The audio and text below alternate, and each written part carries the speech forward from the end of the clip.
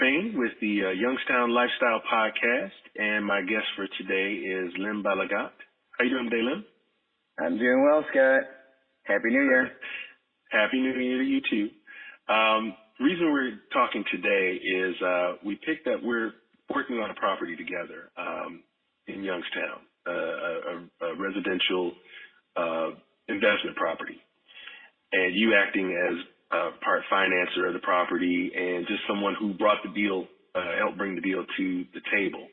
And so one of the things I wanted to better understand and share was how this property itself came into your system. You know, I know you're prospecting. Like, what's something that you do as a prospector to find deals like this one?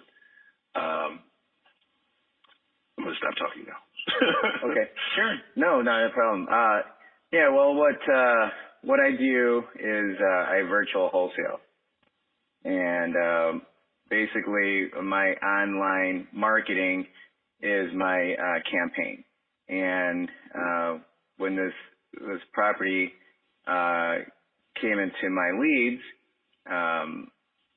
that's how it all started from there. Then that's how 90% of my at least 90% of my deals come from my online marketing campaign, and we wholesale around the country. This one happened to be in Youngstown, Ohio, and I believe that was, and we just wrapped this up not too long ago, but it was in the works for about 60 days, a little bit longer than usual, but whatever obstacles were there, the challenges, I believe we all did our part to foresee that and move forward. Well, what made, just to give a little background on the property, for those who don't know, it's a duplex, side-by-side, ranch style. One tenant that already has a tenant, and the other side's vacant. Needs a little bit of rehab to bring it totally where we want it to be. But overall, the area and the property itself are in a very desirable spot. Now, when you were looking at it from in front of your computer screen, what's some of the things that you saw on the page that made it stick out to you, as a property?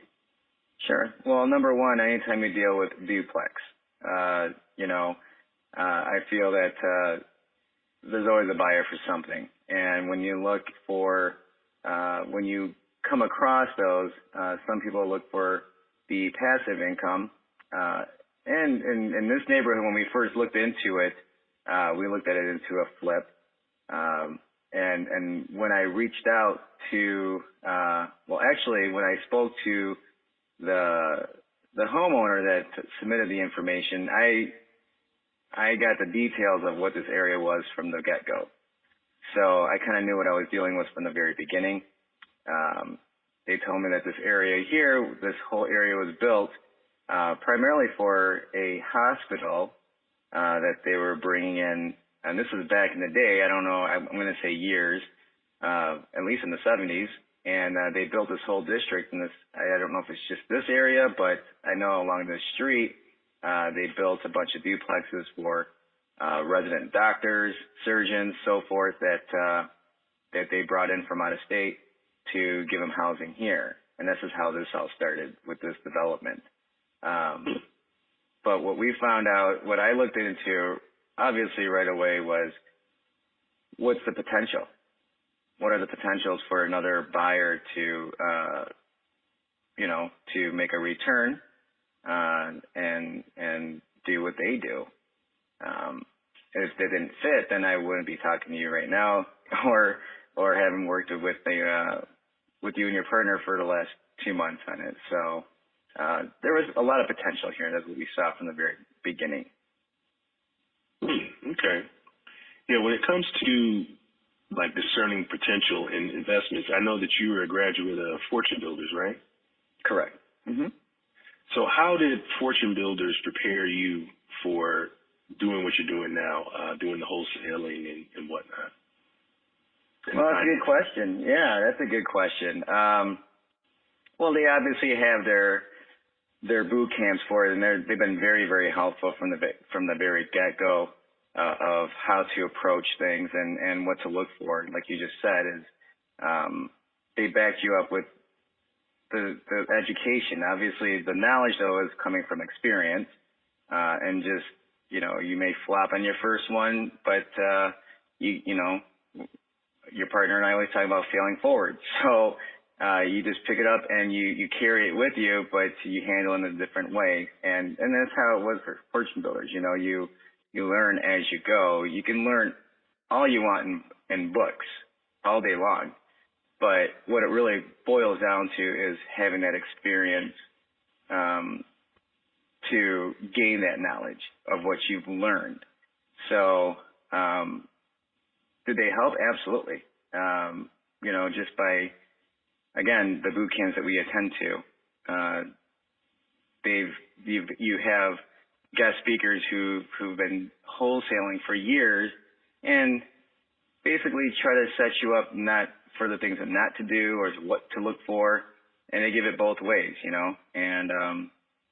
so that's how I got prepared, just starting the whole nationwide virtual wholesaling is because of fortune builders. They gave me enough education in order to move forward to bring it to experience and knowledge. That sounds like it's almost like a college course, from what the sound of it. Yeah. The boot camps and the lectures and stuff like that. I guess if you're going to either go to college or in addition to doing some fortune builders, I think that exactly. Well, I mean, in my college days, it was, I played golf, so I got a scholarship doing that. But doing this, doing this was much, I don't even know what the word would be for it, but what we vested into it was like a college tuition. And that's how I looked at it, as saying, hey, you know what? This is all we're doing is vesting into another college. And it prepares you for the real world, just like another college would. So,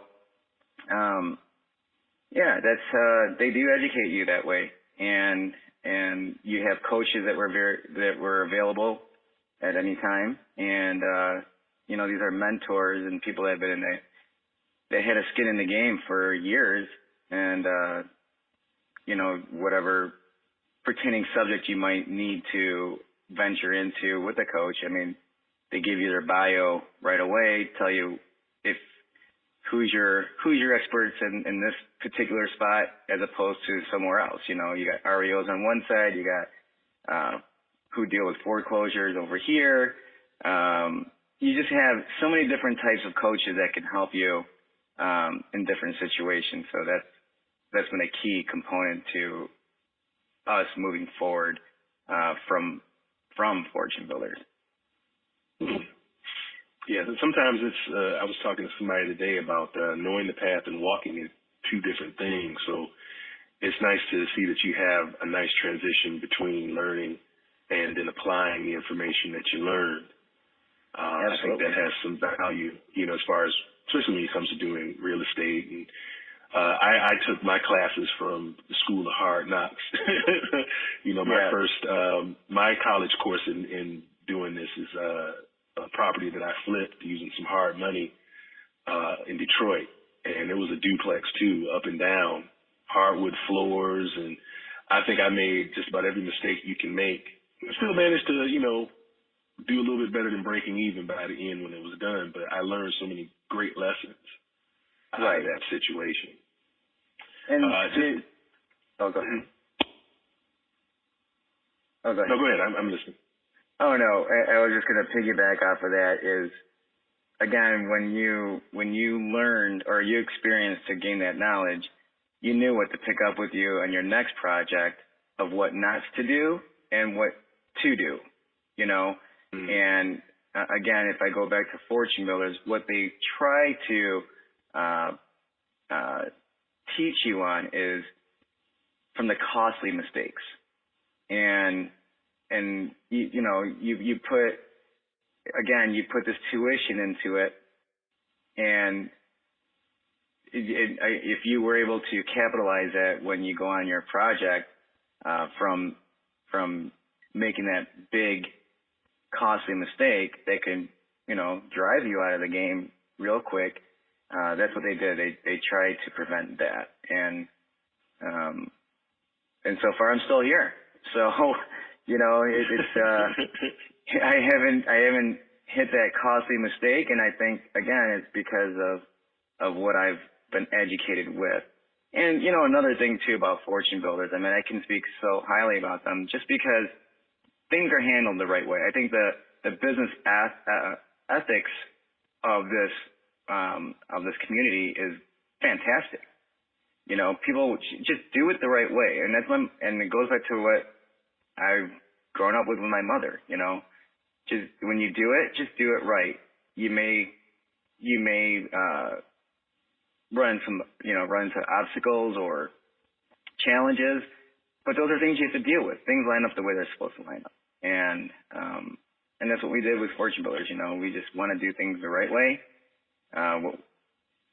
It's been working for others, and again, to avoid things that didn't work for others. So, that's about it. I think I said enough about fortune builders. Yeah. Brought to you by Fortune Builder. This is not a fortune builder, just so you know. I just appreciate good thing. It does lead me to my next question is more of a personal one. Because it sounds like I said, you got a good education, you have a game plan, stuff like that. But as we both know, these deals can turn and they can be crazy, and there's a lot of ups and downs when you're dealing with real estate sometimes. And so, how do you keep yourself motivated and moving forward when those setbacks arise? Well, it's fail forward. Again, no one's ever said it's going to be an easy road to begin with. There's always going to be a bumpy path, but then you just got to stay positive and hurdle those or break through them. And again, you just carry that with you, even though it was a challenge. You carry it with you just so it's in your backpack that you don't want to do it again, or what can you do differently. So you just got to stay positive. I mean, I don't know how else to approach it other than that. You sit back and not do anything about it, then it's not gonna move forward for you. And you just gotta pick it up, carry it with you as knowledge, and put into the portion where you want to avoid, but at least it's sticking with you. You've done this before, and you don't want to do it this way, so you just gotta put your thinking cap on how to make it more efficient, and you'll be successful from that point on. You can't be successful unless you fail, right? So it just depends how much you failed and how costly it was. I mean, sometimes you hear the horror story that people will never do it again because it was costly to them. But right. I've known people who said that, and now they're they went from living back at home without a sense of their name, and when they fail forward, now these are successful investors that are roaming Detroit right now. So again, they took it in account that you fail forward, you're gonna make something happen. You just gotta. It's like I saw something. Win or you fail. You either win or you learn.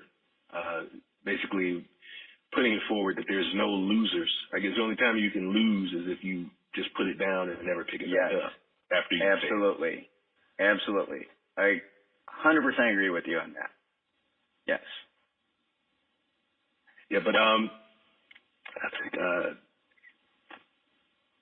one of the things that you touched on something that I wanted to ask you about when it came to what's your self-talk like that's one of the things that I sometimes have a trouble with is just without even intentionally doing it and thinking negative. And if you think too negatively, it can spiral out of control.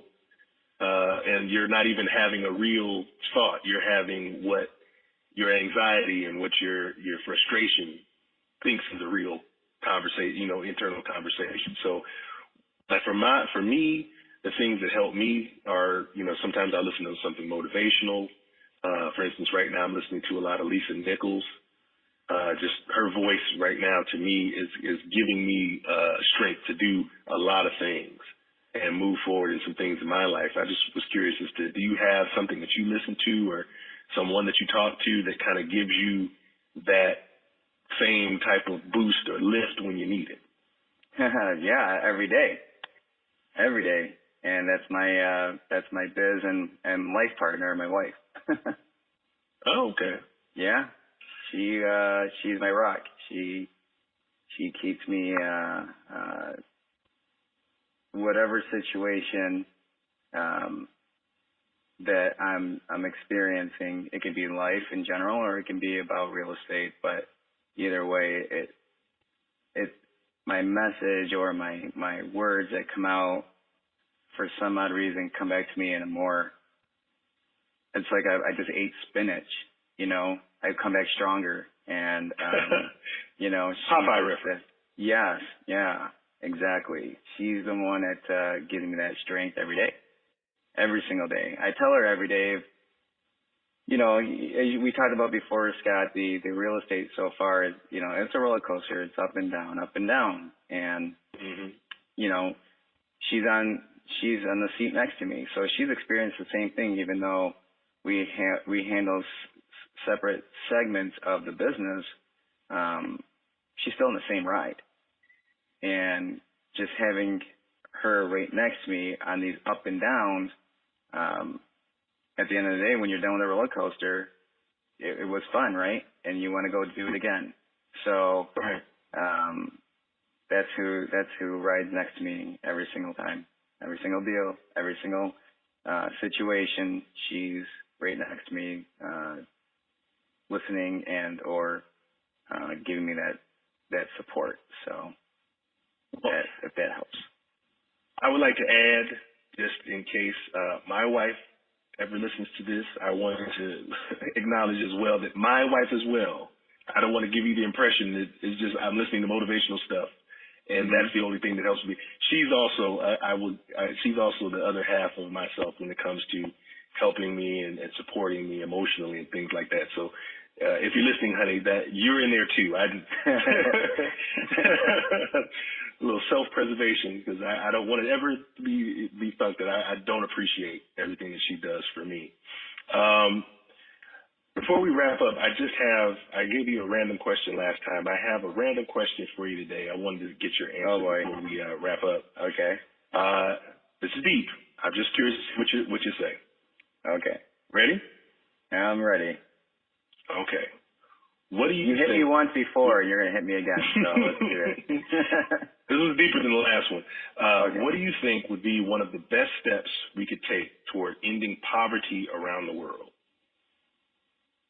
Oh, gosh. I love putting you on the spot. Yeah. I mean, there's many variables that can go into this, but I'm trying to pick one that would say, hey, this would be a key, that could be a constant to it.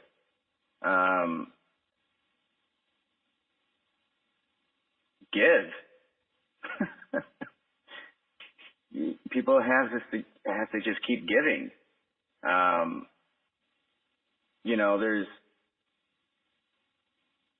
It is really, you are putting me on the spot, but what it boils down to is if you look at, they did a study not too long ago, and it's getting a little technical, but the U.S. is the most giving, population in the world. And people that give, I don't care if you need a return out of it. If they say, what's in it for me, that's fine, Mm-hmm. but you're still giving, and if people were just to, keep following that, I think we have a chance. Share it. Let's give and share. And, you know, can government do it? Obviously, government does it in a way, but I think in a way it gets taken for granted and taken advantage for. So, you know, I you know, just in itself and in the world globally, I just think giving and sharing is one way of even starting that. Well, I like your answer. I mean, you're talking, at least it sounds like you're talking about being like, what do you call it, a cheerful giver? You know, because there's something to be said for, you know, I think some of my best memories are being able to give someone that thing that makes their face light up, and like there's a value of that. There's a value to that. And I think we had this conversation before, Scott. I don't know if it was you and I, but I mean, why is it people only think to give more during the holidays? Why would it have to depend on one day or tragic to give when you can just keep giving and prevent all that? It's kind of like, I'll give you an example. It's kind of like Mother's Day. Why do we celebrate a Mother's Day when a mother gives and does all they can every day? We should be giving Mother's Day presents every day to mothers, right? You know, why just celebrate that one specific day when they're doing it another 364 days a year? That's true. So, that's true. You know, all I'm saying is if we just gave every day and shared every day, it could surpass it, because when you think about it, now I'm kind of getting deep into it, but my mental thought of it is, you know, it's kind of like if you dig yourself in a hole, you're so far down under, it looks endless where you can't get back up. But if you just chipped away on an elephant every day, it becomes normal. And it doesn't seem so big anymore. It's there. There's always going to be a certain percentage, but with the percentage that we have today globally, it's because we're not giving every day. We wait until something happens or something's said or something is read to start doing it, you know? And if we weren't so far in the hole like that, it'd look much prettier globally. Yeah. Well, I can agree with what you're saying. I thank you for your answer, and I thank you again for spending some time with me to talk a little bit about it. So, and I think what we're doing right now is contributing, because you gave some great information, even a nice plug for fortune builders. You're sharing that information with other people who perhaps will take some inspiration and go out and start learning and investing themselves. That's the way we get out of any kind of economic downturn. We can all kind of pull it together and make some things happen. And like we talked about before, it's all about sharing, you know. So when we had our last conversation, real quick, I won't elaborate too much into it, but look, whatever I'm experiencing, I would love to share it, you know, and if it helps somebody, fantastic. You know, it's just something that you just want to you want to keep giving, so someone else can take that as well and use it how they want to use it, or try it how they want to try it. So, but yes, yeah, that's where I was getting at is I think we talked about a little bit about the give on our last conversation. A little bit. The gold giver, I think, is what we spoke of. So. Well, I appreciate your time today, Lem. I'm gonna wrap us up for today's talk, but I always appreciate you, Scott. Thank you, sir. Thank you. I look forward to talking with you again soon. Absolutely. This again has been the Youngstown Lifestyle Podcast. Hopefully learned a couple of new things, and If you want to contact Lem, you'll be able to reach out via our website to connect. Otherwise, thank you again for listening, and